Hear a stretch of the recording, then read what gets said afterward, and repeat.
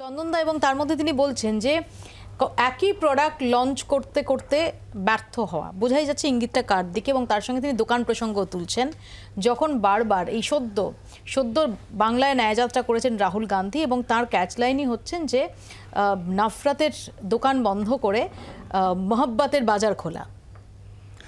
দেখো মৌপিয়া, একেবারে উত্তর সত্য যুগে আমরা বাস করছি। আমরা জানি উত্তর সত্য কাকে বলে, অর্থাৎ সত্যকে চ্যালেঞ্জ করে যেটা ঘটে গেছে। এখন একটা কথা তোমাকে বুঝতে হবে যে ট্রুথ শব্দটা TRUTH। মোদিজি 5000 বছর চেষ্টা করলেও তো ট্রুথের সংজ্ঞা বদলে যাবে না। Truth remains truth. একটা কথা আমাকে বুঝতে হবে, ভারতবর্ষের সাংস্কৃতিকগতভাবে পার্লামেন্টে যখন ভোট অন অ্যাকাউন্ট হয়, আমরা জানি সকলেই 5th ইয়ারে গিয়ে যে বছর নির্বাচন হয় ভোট অন অ্যাকাউন্ট হয়, প্রভিশনাল অ্যাকাউন্ট। সেখানে দাঁড়িয়ে কোনো প্রধানমন্ত্রীকে কখনো কোনোভাবে দেখেছো তোমার এক্সপিরিয়েন্স থেকে, দীর্ঘ সাংবাদিকতার এক্সপিরিয়েন্স থেকে, তিনি নির্বাচনী প্রচার করছেন? করতেই পারেন।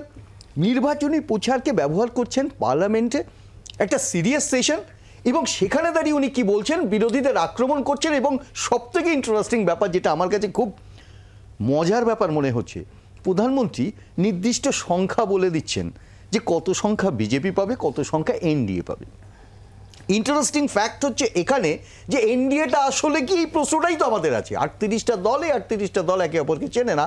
এই INDIA অর্থাৎ ইন্ডিয়া জোটের পরে আবিষ্কৃত হলো এই 38টি দল। প্রশ্নটা হচ্ছে, আমি অনেকে রেজিস্ট্রেশনও নেই, আমি সে প্রসঙ্গেই যাচ্ছি না। আমি শুধু যেটা বলতে চাইছি, আচ্ছা আমরা কি এখানে এই প্রশ্নগুলো করতে পারি না প্রধানমন্ত্রীকে? মানে আমরা এক্সপেক্ট করতে পারি না প্রধানমন্ত্রী, আজকে তো ইউনিল্যাটারাল কথা উনি বলেছেন একতরফে, খুব স্বাভাবিক।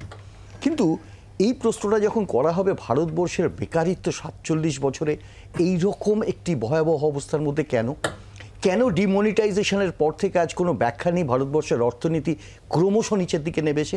কেন এই ব্যাখ্যাটা নেই যেখানে নারী সুরক্ষা একটা বড় প্রশ্ন, যার জন্য একটা স্পেশাল কনভেনশন করা হয়েছে পার্লামেন্টে এই সুরক্ষার প্রশ্নে, আর মণিপুরের নারীরা আজও লাঞ্ছিত? এবং তোমাকে এই কথাটা বলি, পার্লামেন্টে দাঁড়িয়ে কিন্তু প্রধানমন্ত্রী তার যাবতীয় ফেলিওরের একটি শব্দ ব্যবহার করেনি।